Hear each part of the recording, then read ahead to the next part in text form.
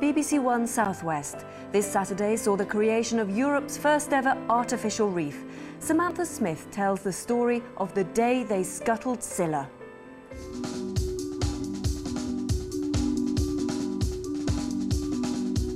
Whitsand Bay, Cornwall. Thousands gather for the countdown to a remarkable event. Datchet, on my mark it will be 1 minute. 1 minute. HMS Scylla, an old Navy frigate, is about to begin a new life at the bottom of the sea. She'll become Europe's first artificial reef. But sinking a warship isn't straightforward, even for world experts. This is the incredible story of how they did it. It's going down, even if like two out of the 12 go, it's sinking. It's getting critical, and you just got to pray that everything's going to go right. Yeah, panic time.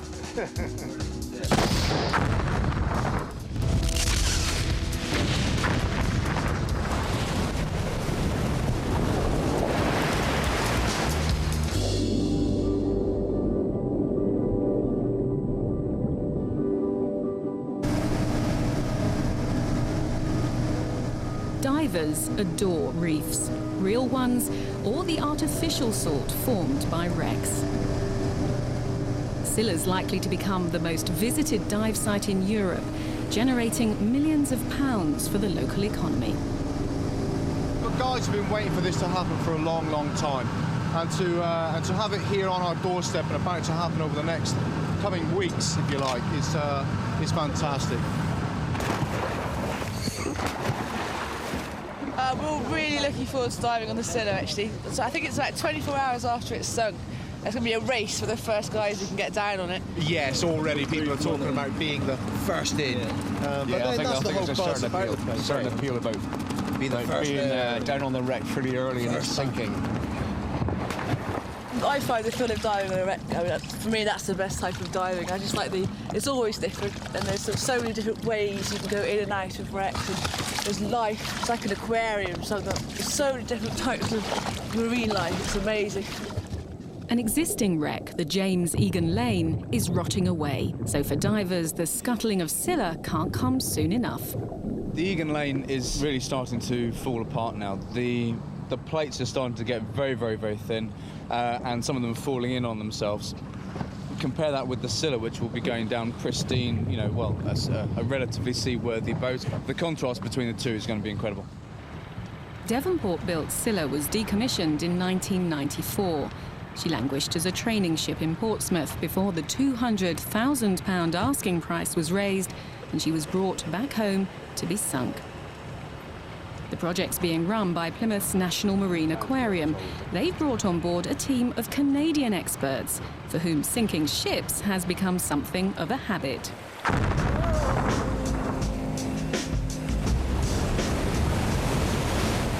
I've done now 14 of these around the world now, and I think probably if anybody's got any doubts about what we should be doing with these old ships, is take a look at the ones that have been down for 5 and 6 and 7 years. You swim through fish. You physically swim through fish. It becomes populated within days. Over the last 12 years, I've been involved in sinking ships from the Australian, New Zealand, Canadian, American, and now British Navy. So that's rather a unique experience for peacetime. One of our Navy commanders once described the sinking of these ships as a Viking's funeral, and it's true in many ways. It's the Vikings put their old ships out to sea with the chieftain on board, set on fire so he could go on to the next life. Well, when we send these ships down here, we're sending them on to their new life as a marine habitat. Scylla may be heading for the seabed, but to get to the scuttling site, she must be watertight. This is the first time the ship has been floated in almost 5 months. As her dry dock is flooded, it's an anxious moment. Today is obviously it's the start of the countdown. Any problems now in this stage, it's getting critical, and you just got to pray that everything's going to go right, but we're confident. Scylla's been thoroughly scrubbed and stripped to make sure she doesn't pollute the seabed. But the work may have damaged her hull, so it's time to check for holes and cracks. Much of the project relies on high-tech calculations and measurements, But when it comes to finding leaks, it's a bit more basic. Torches and eyeballs, basically, that's what we're doing. To be honest, if there is a leak, it's going to be pretty obvious. There's a small leak in where they've washed away a beam in the AC plant room. We have soft wooden bungs, which are, obviously, by the nature of them, they're quite malleable, cone-shaped. Stick it in the hole and basically hit it with a big hammer until we get a good seal around it. It might look quite primitive and a bit sort of Heath Robinson, but it is actually a tried and tested method of getting rid of little leaks like that. And it works. Scylla is floating, to the relief of the Canadians. Yep. Well, looks like she's off the block. That's a good sign. Well, yeah, and minimum of leaks. I mean, there was a few small leaks, I guess, he had to deal with, but nothing, other than that, nothing of consequence. It was good news, yeah. It's floating good. We've solved all the leak problems, and everything seems to be good. It's a go. But there's still time for one man to pay his last respects.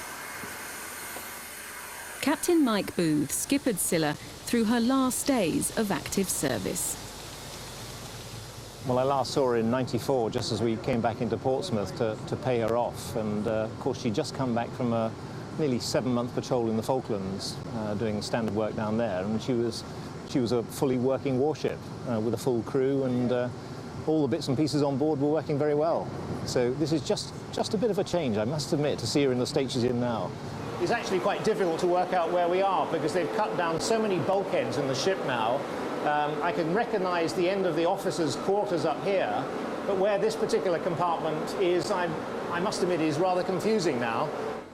But through here is my heads and bathrooms, and it's nice to see they've kept it here. There's the bath still there. It's the only bath on board the ship.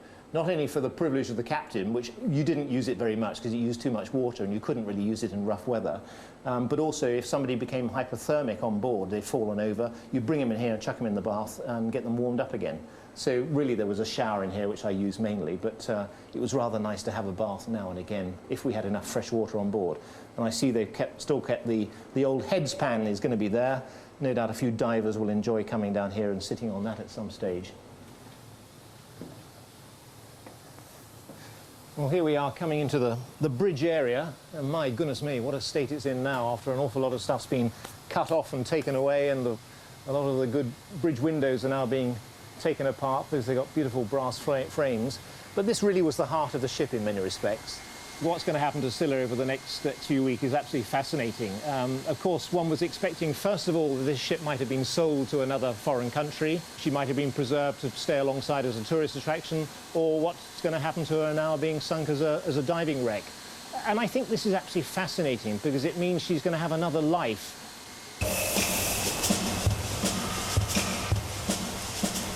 Scylla's no stranger to the elements. But this is the last thing the team wanted to see. The ship needs to be towed away from the dockyard's nuclear submarines so that the explosives which will sink her can be loaded. But rough weather could delay the whole project. The whole thing hinges on us moving today in order to make the deadline. If we don't move today, all of a sudden the deadline is in jeopardy. Yeah. Then we have to start figuring out a different program. Plan B. Yeah, panic time. We don't have the office. We'd have no heated space. Well, down at the other end, there's a heated space. If we can get to the other end. But as fast as they arrived, the squall's clear. Scylla can be on her way. The ship sinking gods always smile on us. There has to be a god in charge of ship sinking, and he smiles on us all the time. Yeah, we always seem to have success. The weather has changed very much today. Got up this morning, I didn't believe there was a god or anything like that. We actually got a prediction that there would be a 2 to 3 hour window around about early afternoon. And we just hoped that was coming true, although I didn't believe it was until, as you can see now, it is here. Potential for a successful day is increasing. I'll feel better when we got a tug hooked onto this and we start moving. Right now, the winds are still up, and I'm sort of an optimist, but I'll be a little more confident. Also a realist. Also a realist.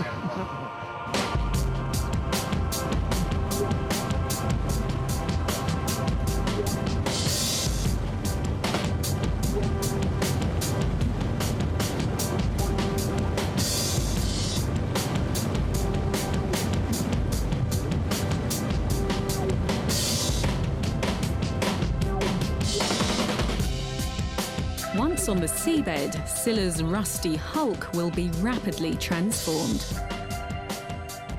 A lot of the key habitat for intermediate water fish, particularly in their juvenile and adolescent stages, has been damaged by human activity. Just take Plymouth, the building of Plymouth Harbor over the last 500 years has taken away a lot of fish habitat.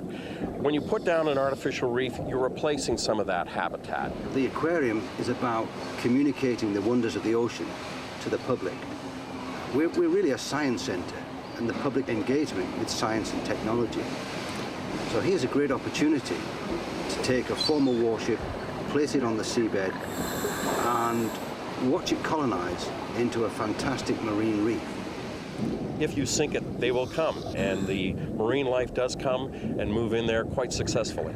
If you like, it's like planting a garden. It's to come back and see the thing gradually take shape, take life, and start to flower.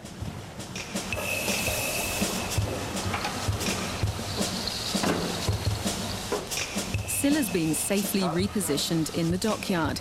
The team can now begin the delicate and critical task of fitting the explosives. When it comes to sinking a ship, we often say, kids, don't try this at home. You have to take a look at some of the nasty experiences people have had with trying to sink ships and not following the right techniques. If you ignore certain basic laws of physics, you'll end up with your ship rolling upside down. I wouldn't go anymore. The explosives in there is on the bottom side, or that's doing the cutting, is called a copper flex linear. It comes in 8 10-foot lengths, and we have it docked or cut to whatever size we need. Now what happens, it's up in the tens of thousands of degrees, instantaneously, copper dissolves and it forms, for lack of a better word, a plasma.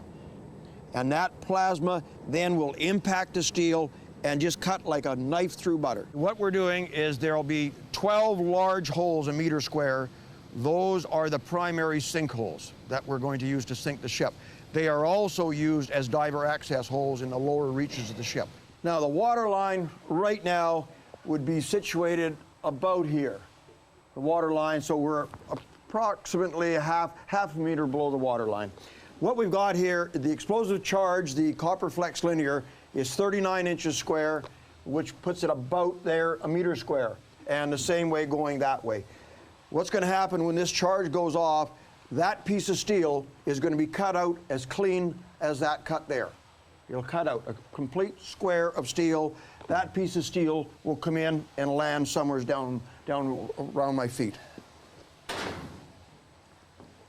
Like I explained before, the water line is about here. It's 0.66 of a meter below here. Now what this is a secondary flooding hole. What we do, this is the initial one that's going to sink, and 0.66 of a meter later, this one will start a flood. Everything's going smoothly until an unexpected visit. The MOD has sent in safety inspectors to find out what would happen if the explosives fail. The question of a misfire has been raised. Yes. And what would happen in the case of a misfire?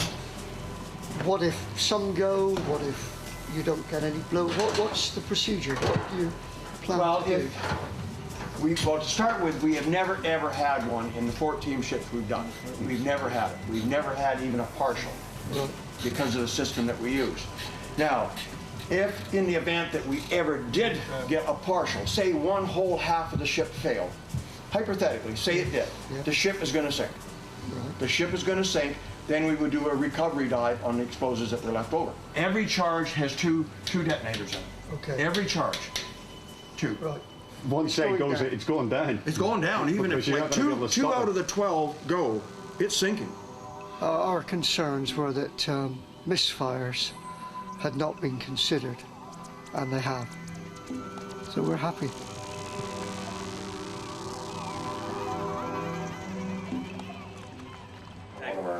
It's the final meeting before sink day.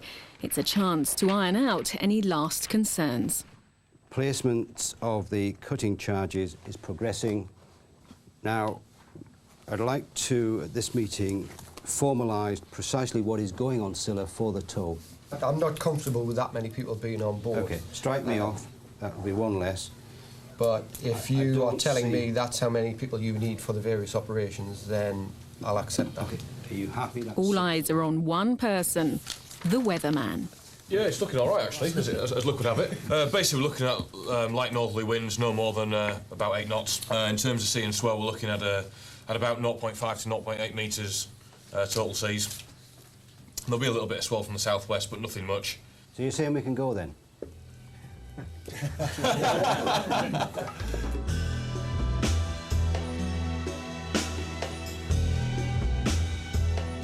Well, I'm at work today, and I've worked in the dockyard obviously a very long time because I was working here when she was launched. I just came down today to have a last look. I feel quite sad actually.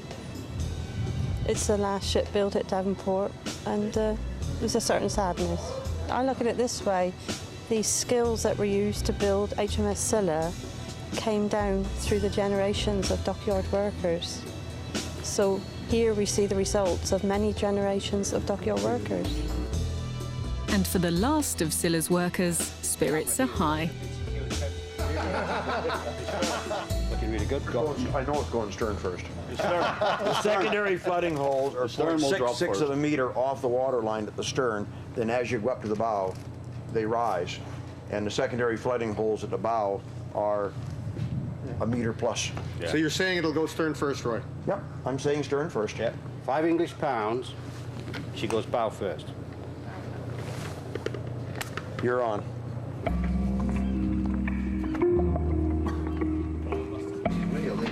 It's 5:30 on the morning of the sinking. The team must decide whether to go ahead. As far as SDU and the Canadians are concerned, explosives are ready for the next stage, which is outside the Port of Plymouth. So it's a go. On Scylla, the Canadians are up early too. First light, our team's all here, putting the pyro charges together. Just waiting for the DML to arrive, and party will start. Rock and roll. 7:30.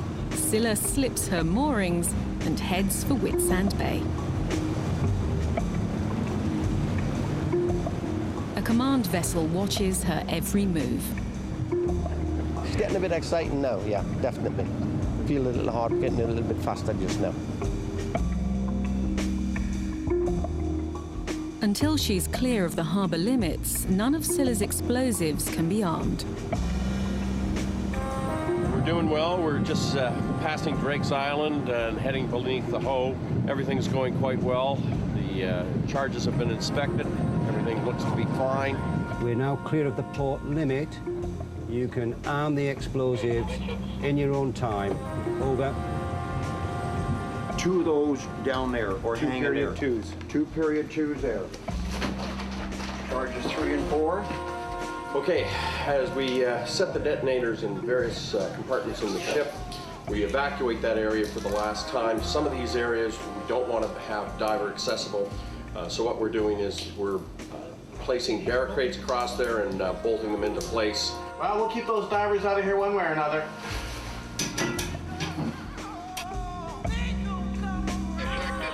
Scylla's reached her final resting place. A flotilla of onlookers take up ringside seats.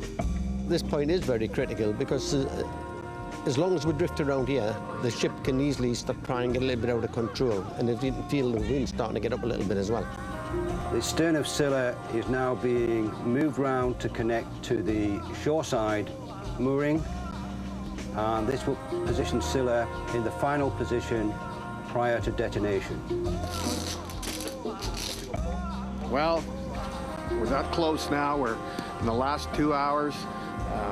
Roy's all fired up and ready to go. The operation's gone flawlessly so far. The weather's cooperated. All the equipment's been there. All the people are poised on the shoreline waiting for us to shoot it. Couldn't have gone better. My money says stern sink. Course on Scylla, yeah, just waiting for STU approval to go ahead. They're just doing a final run through. We're on the final stretch right now. We're doing the last walk through, all the non-Ls, everything is hooked up. We are 100% ready for the final 2 electric jets. The boys are just finishing off the pyro up top. Another 20 minutes or so, and I think it's a wrap. I think we're ready to shoot this. this old girl. Datchet, on my mark, it will be 1 minute. 1 minute. Understood, 1 minute. On your mark. With just seconds to go, there's a problem. Diver, what's the hold-up? Someone in a jet ski coming towards the firing boat. Appreciate Delta, we're heading towards the jet ski now. Yeah, we've got the jet ski in sight. We need to get rid of him as soon as possible. Roger that. Intercept requested for the jet ski, over. Yeah, intercept. Gone in to get him. He's just veered off. He's doing a runner now. And they're moving them now. Yeah, keep them moving. So they're moving. Okay, I'm going to go.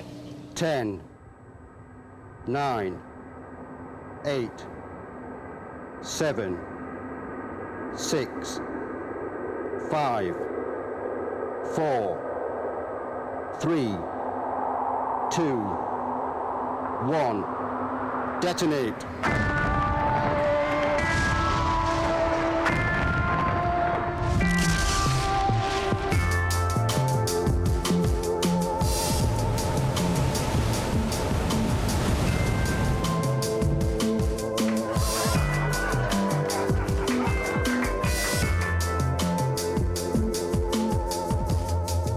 But all their work could be going to waste. Scylla is rolling over. If she goes too far, she'll end up in an awkward position for divers. Come on, baby. Now, come on, she's at 15, she's going to 20. She's right at the danger zone. If that bow gets underwater in time, we're okay. But she's right at the critical spot, and she's slipping. And she's on her keel. She's back on her keel. That's a fiver, Stuart!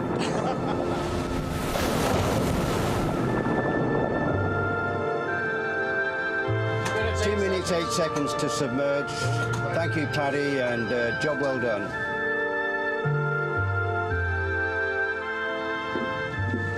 Right. Way to go, amigo. Yes. Okay. So about another one under the belt. Another one bites the dust. Another one in history books. Yeah. Kelvin, go ahead. Kelvin, go ahead. Yes, if you're going to do it properly. Well, where's Jay? Where's Jay? Grab Jay and give him a glass. Well done, Jay. Thanks. Good job. Chuffed, absolutely chuffed. Well, it's always nice to see one of these come to an end and know you've done the best you can possibly do. United Kingdom's got its first great artificial reef.